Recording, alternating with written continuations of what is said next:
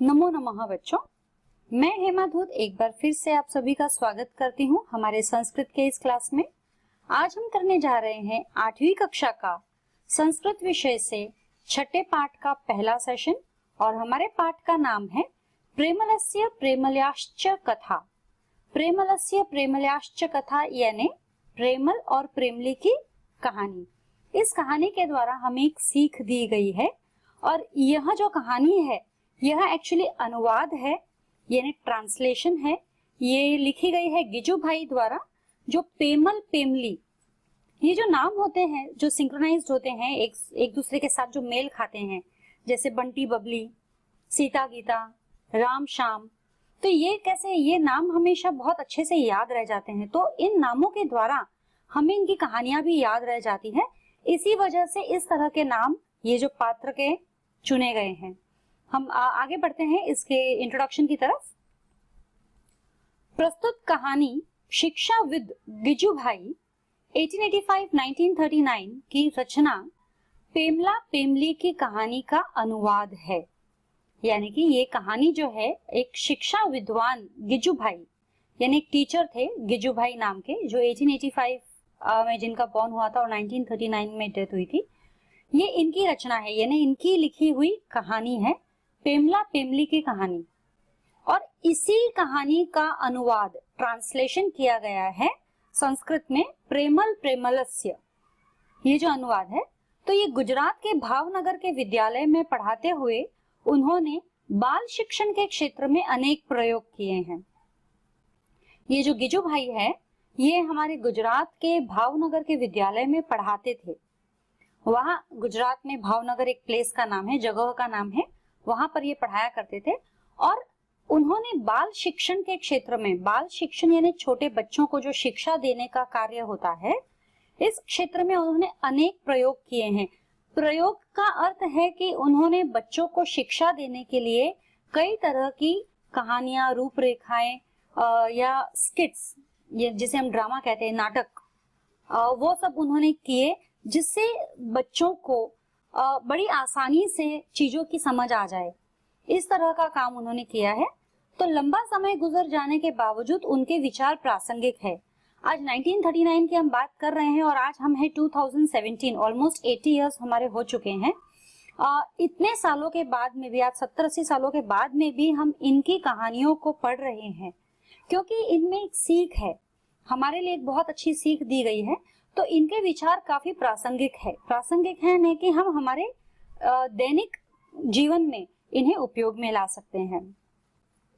इस कहानी में एक महिला घरेलू कामों को पूरा करने की अपनी पारंपरिक भूमिका को वाक् चातुर्य से बदलने की कोशिश करती है। वाक् चातुर्य यानी शब्दों का जादू।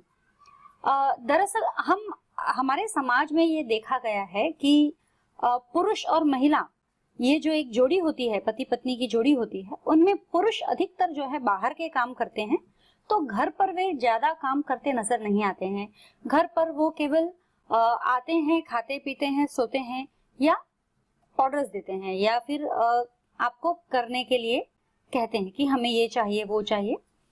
और महिलाएं जो हैं, एक जो रूप बना गया है, महिलाएं जो हैं ये घर का काम करते हैं। तो बाहर से अगर पुरुष आते हैं, उनके जो पति होते हैं वो आते हैं और वो कुछ कहते हैं करने के लिए, तो वो उठ के करती हैं, चाहे वो थकी हुई हो या नहीं हो, दूसरा कोई कार्य कर रही हो या नहीं कर रही हो, बट अगर उनको कहा गया है कि ये करना है तो वो उठ के करते हैं। तो इस कहानी में भी एक महिला जो है वह घरेलू कामों को पूरा करने की अपनी पारंपरिक भूमिका को वाक् चातुर्य से, यानी काम उसका है लेकिन वाक् चातुर्य से किस तरह से वो उस कार्य को बदलती है, यानी वह खुद स्वयं ना करके किससे करवाती है। तो बड़े ही मजेदार कहानी है, गौर कीजिएगा। इस कहानी में जो है उपसर्ग प्रत्ययश्च यानी प्रत्यय, इनका उपयोग किया गया है। प्रत्यय के बारे में भी हम हमारे ग्रामर सेक्शन में, व्याकरण सेक्शन में अधिक जानकारी लेंगे। हम बढ़ते हैं हमारी कहानी की तरफ। एकः आसीत प्रेमल प्रेमलः एका चासित प्रेमली। ये तो साफ आपको पता चल गया होगा कि एक था प्रेमल और एक थी प्रेमली। जैसे पेमल पेमली है ना, वो जो एक्चुअल कहानी है वो पेमल पेमली, ये है प्रेमल प्रेमली। यानी यहाँ पे हमने नाम बदल दिए हैं बट मिलते जुलते नाम रखे हैं। एकः आसीत प्रेमलः एका चासीत प्रेमली, यानी एक था प्रेमल और एक थी प्रेमली। जैसे हम कहानी सुनाते हैं बच्चों को, एक था राजा एक थी रानी, तो यहाँ हमारा एक था प्रेमलः एका चासीत प्रेमली, यानी कि एक था प्रेमल और एक थी प्रेमली। काष्ठछेदेन श्रान्तः प्रेमलः सायंकाले गृहमागच्छत। काष्ठछेदेन यानी काष्ठ यानी लकड़ी और छेदेन यानी काट के, लकड़ियां काटने का काम करता था प्रेमल शायद जंगल में। तो काष्ठछेदेन श्रान्तः, श्रान्तः यानी थका हुआ। प्रेमल जब सायंकाले यानी शाम को गृहमागच्छत घर में आया, प्रेमली चावदत्त, तो प्रेमली से कहा, प्रेमली मतलब संबोधन किया है, अरे प्रेमली अद्यम खलु भृशम श्रांतोस्मि, मतलब आज तो मैं अवश्य ही बहुत ज्यादा अधिक थक गया हूँ, है ना। अद्यम आज, खलु अवश्य ही, भृशम बहुत ज्यादा अत्यधिक, श्रांतोस्मि यानी थक गया हूँ। महम जलम उष्णम कृत्वा देहि, मुझे जल गरम करके दे दो नहाने के लिए। अहम स्नात्वा, मैं स्नान करूंगा, है ना। महम्य, महम्य यानी मुझे, जलम जल पानी, उष्णम, उष्णम यानी गरम, कृत्वा देहि यानी करके दे दो। अहम स्नात्वा, मैं स्नान करूंगा। तस्मिन् जले चरणों स्थापयामि, और उस जल में पैरों को रखूंगा। चरणों स्थापयामि, पैरों को रखूंगा। कभी कभी ऐसा होता है कि हम काम करके बहुत थक कर आते हैं, तो गर्म पानी में यदि हम अपने पैर रखे थोड़ी देर, तो सारी थकान जो है निकल जाती है, मिट जाती है। तो वो वही कह रहा है, क्योंकि थका हुआ है, तो प्रेमल कह रहा है कि तस्मिन् जले यानी उस जल में, चरणों स्थापयामि अपने पैर रखूंगा। तेन मम श्रांतिः अपगमिष्यति, तो मेरी जो थकान है तब, मतलब जब मैं उस गर्म जल में अपने पैर रखूंगा तब मेरी जो थकान है वह चली जाएगी। अपगमिष्यति यानी दूर हो जाएगी। तो इतना ही जो मैंने आज ये पैसेज लिया है, इतने ही पैसेज के मैं शब्दार्थ भी आपको साथ साथ में बता रही हूँ। काष्ठछेदेन, काष्ठछेदेन यानी लकड़ियां काटने से, काष्ठछेदेन लकड़ियां काटने से, ये तृतीय विभक्ति यहाँ पर यूज किया गया है। खलु, खलु यानी अवश्य ही, ये एक अव्यय है। स्नात्वा स्नान करके, श्रांति थकान, अपगमिष्यति यानी दूर हो जाएगी। प्रेमली अवदत, इस पर प्रेमली क्या बोली? तवानुरोधम कथमहम अस्वीकारयाम, क्या आपका कहना मैं कभी टाल सकती हूँ? कितने देखो वाक चातुर्य, यानी किस तरह से वो होशियारी से बात कर रही है कि आपका कहना मैं कभी भी टाल सकती हूँ।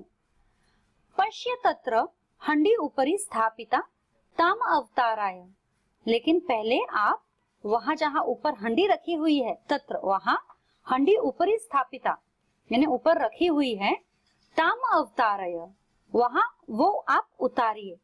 अवताराय प्रेमलः हंडी अवतारायत, तो प्रेमल जो है हंडी उतारता है। ततः स अवदत, और फिर कहता है, ततः फिर पूछता है, मतलब कह रहा है लेकिन पूछने के स्टाइल में।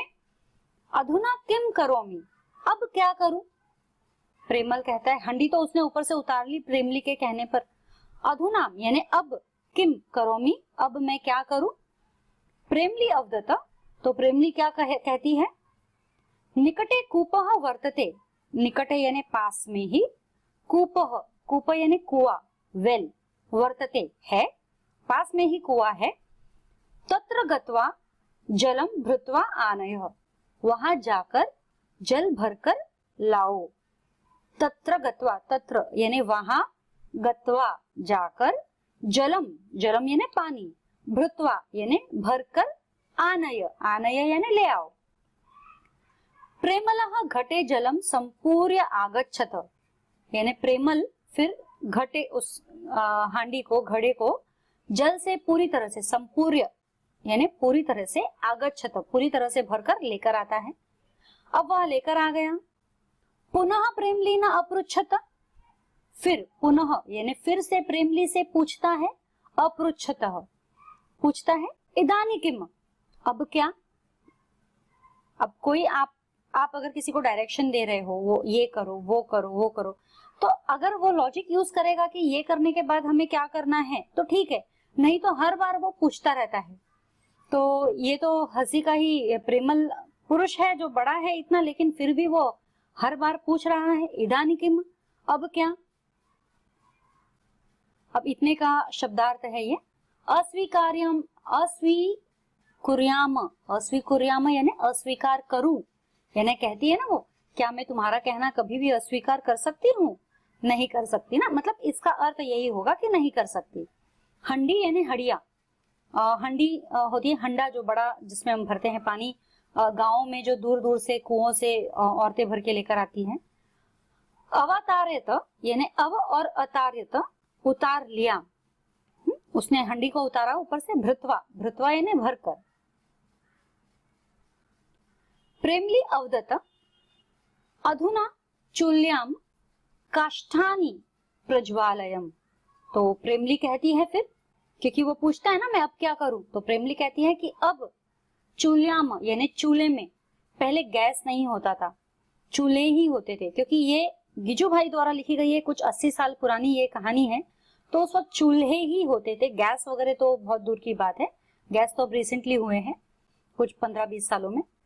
तो प्रेमली अवदत, अधुना चूल्याम काष्ठानि प्रज्वालय, तो चूल्हे होते थे तो चूल्हों को जलाना पड़ता था लकड़ियां डालकर और फूंक मारना पड़ता था, है ना, उस तरह से जलते थे। प्रेमलः काष्ठानि प्रज्वालय अपृच्छतः, तो प्रेमल जो है वो लकड़ियां जलाता है चूल्हे में और फिर से पूछता है, अपृच्छतः अग्रे किम करवाणी, अग्रे किम करवाणी यानी अब क्या करूं, फिर से वही प्रश्न, अब क्या करूं। तावत फुत्कुरु, सॉरी, प्रेमली अकथयत, प्रेमली फिर से कहती है, यावत चुल्ली सम्यक न ज्वलति तावत फुत्कुरु किम्यंत, किमन्यत, यानी कि जब तक, यावत, यावत जब तक, चुल्ली यानी कि जो चूल्हा है, सम्यक पूरी तरह से, न ज्वलती पूरी तरह से नहीं जलता है, तावत यानी तब तक, फुत्कुरु फूंकना, वो एक डंडी, बांस गोल सी डंडी रहती है, उसे फूंक मारा जाता है ताकि चूल्हे की आग जो है और प्रज्वलित हो। फुत्कुरु किम्यंत यानी जलाओ उसे। प्रेमलेन चुल्ली सम्यक प्रज्वालिता, तो प्रेमल जो है, प्रेमल ने चुल्ली को पूरी तरह से फूंक कर जलाया। अथ च अपृच्छत यानी अब फिर से पूछता है, अधुना किम करवाणी, अब क्या करूं। प्रेमली अवदत, प्रेमली कहती है, घटात हंड्या जलम पूरेय, मतलब जो घट का है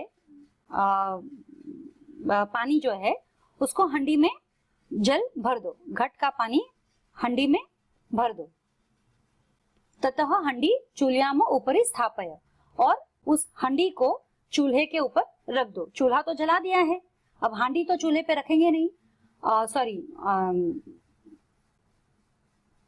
घट जो है, घट बड़ा होता है, घट चूल्हे पर नहीं रखा जाता है, हांडी रखी जाती है। तो हांडी, घट से पानी हांडी में डाल दिया और हांडी चूल्हे पर रखने के लिए प्रेमली ने प्रेमल को कह दिया। तब देखें, चूल्याम चूल्हे में, पर काष्ठानी लकड़ियों को, प्रज्वालय जलाओ, सम्यक अच्छी तरह से, फुत्कुरु फूंको। So what did we learn today बच्चों, आज हमने क्या सीखा। आज हमने सीखा गिजू भाई द्वारा लिखी गई, जो गुजरात में पढ़ाते थे, गिजी भाई द्वारा लिखी गई ये कहानी है, प्रेमल प्रेमली की कहानी, जिसका अनुवाद है प्रेमल प्रेमली, जो है प्रेमल और प्रेमली इनकी कहानी में, जिसमें बताया गया है कि किस तरह से प्रेमली अपने वाक चातुर्य से प्रेमल से सारा काम करवा लेती है और प्रेमल भी वो काम सारे कर देता है जैसे जैसे प्रेमली डायरेक्शन देती है। तो यहाँ पर हमने आधा ही पाठ किया है, इसका आधा पाठ हमारा हम करेंगे अगले सेशन में, और इसके अंदर देखते हैं, जैसे ये सेशन का अगर मैं आपको ओवरव्यू देती हूँ लास्ट में, तो प्रेमल लकड़ियां काटकर थका हुआ घर आता है और वह कहता है प्रेमली से कि मेरे लिए गर्म पानी कर दो, और ताकि आज बहुत थका हुआ हूँ तो गर्म पानी से स्नान करके उसी गर्म पानी में अपने पैर रखूंगा तो सारी थकान मिट जाएगी। तो प्रेमली कहती है मैं कैसे मना करूँ तुम्हारे काम को, मुझे तो करना ही होगा, लेकिन पहले तुम वो घट, ऊपर से घट रखा हुआ है घड़ा, वो निकाल दो, कुएं से पानी ले आओ और पानी लाकर जो चूल्हा है उसे जलाओ, चूल्हे में आग जब तक अच्छी तरह से नहीं चलती तब तक फूंक मारो और उसके ऊपर जो हांडी का पानी है, घड़े का पानी है, उसको हांडी में डालकर चूल्हे पर रख दो गर्म करने के लिए। तो इतना आज हमने यहाँ पर इस सेशन में किया है, इसके आगे हम अगले सेशन में करेंगे।